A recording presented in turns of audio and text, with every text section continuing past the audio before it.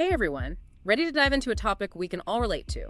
Today we're tackling time management. Let's be honest, who hasn't felt overwhelmed by their to-do list at some point? It's a universal struggle, right? And it's not about fitting more into our already packed schedules. Exactly. So, no pressure to suddenly become superhuman. Instead, we're going to explore practical strategies that can help us work smarter, not harder. Exactly. We'll unpack some common myths about productivity and delve into research-backed techniques that can actually make a difference. Speaking of myths, let's talk about multitasking. We've all been there, juggling emails, phone calls, that ever-growing to-do list, feeling like masters of efficiency. But is multitasking actually as effective as we think it is? You know, there's a common misconception that our brains are wired for that kind of rapid task switching. Right, like we're these supercomputers that can seamlessly handle multiple demands at once. Exactly.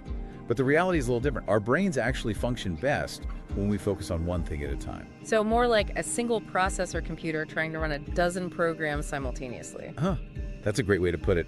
When we constantly switch between tasks, we lose focus, make more errors, and ultimately feel more mentally exhausted. Which is the opposite of what we're going for. Exactly. So how do we break free from this cycle of multitasking madness and actually start conquering those to-do lists? That's the million-dollar question, isn't it? Well, one powerful strategy is breaking down those mammoth tasks into smaller, more manageable steps. So instead of clean the entire house, which, let's be real, feels completely overwhelming, it's more like clean the kitchen, vacuum the living room, and so on. Exactly. It might seem simple, but it taps into a fundamental principle of motivation. Small wins. Each time we check off a task, no matter how small, our brain releases a little burst of dopamine, which makes us feel good and motivates us to keep going. It's like leveling up in a game, but for your real life. I love that analogy. It's about creating a sense of progress and momentum. Which makes total sense, because who wants to feel stuck at level 1 all day? Now, what about those tiny tasks that always seem to pile up? I'm talking quick emails, putting away a single dish instead of letting it become Mount Washmore in the sink. Those little things that seem insignificant on their own, but somehow snowball into this monster of procrastination. You're describing the perfect scenario for the 2-minute rule. 2-minute rule, tell us more. It's incredibly simple. If something takes less than 2 minutes to do it now. Don't put it off. Don't add it to your to-do list. Just get it done. So easy, yet so hard sometimes, right? And it really is. But there's a powerful psychological mechanism at play here called activation energy. Activation energy. Sounds intense. It basically refers to the initial effort required to start a task. Oh, I get it. Like that push to get out of bed in the morning. Once you're up, you're good.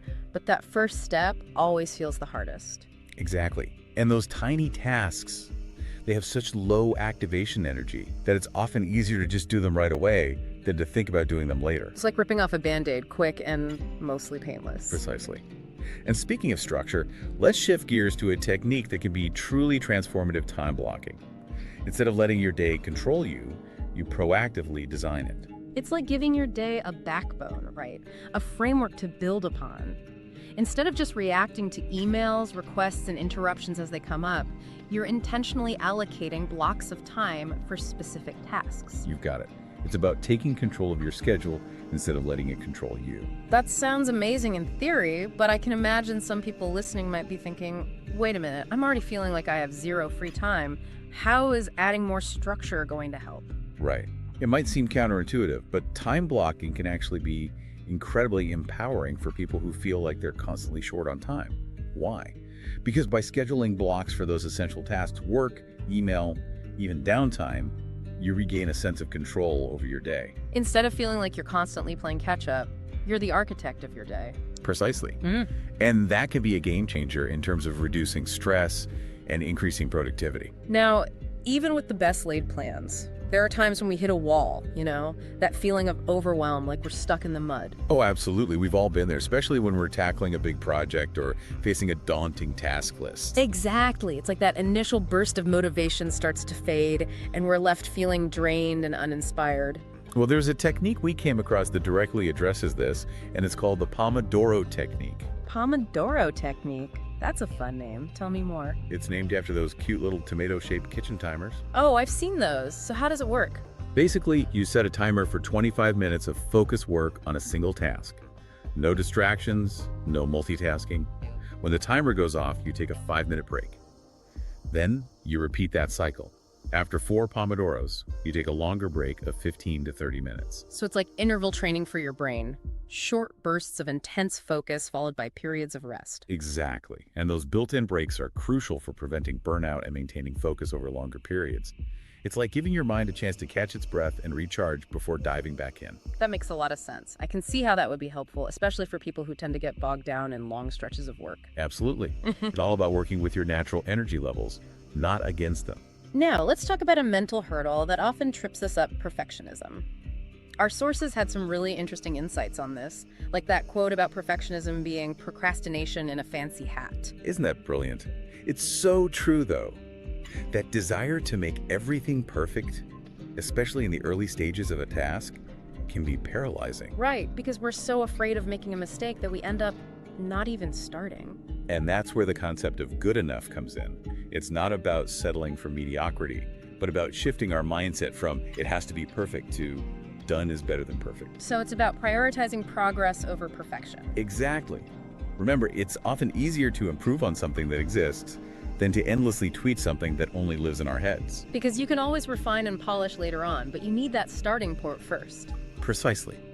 And each time we finish a task, even if it's not flawless, we build momentum. We prove to ourselves that we can get things done, and that can be incredibly motivating. It's like that feeling of accomplishment when you finally clean out that one junk drawer. It might not be glamorous, but it feels good to have it done. Exactly. And that feeling of accomplishment is something we often undervalue. It's not just about checking things off a list, it's about building confidence and creating positive momentum in our lives. Speaking of momentum, there's another aspect of time management we need to address: the power of saying no. Ah, yes, the art of setting boundaries. It's crucial for effective time management, yet so many of us struggle with it. It's like we're programmed to please, to say yes to every request, even if it means overcommitting ourselves and sacrificing our own well-being. And that's where it's essential to remember that our time and energy are valuable resources. Every time we say yes to one thing, we're essentially saying no to something else.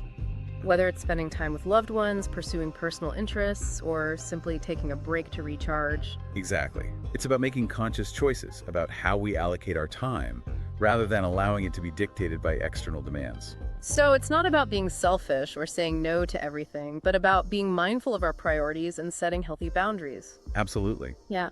And those boundaries might look different for everyone. For some, it might be blocking off time for family dinners each evening.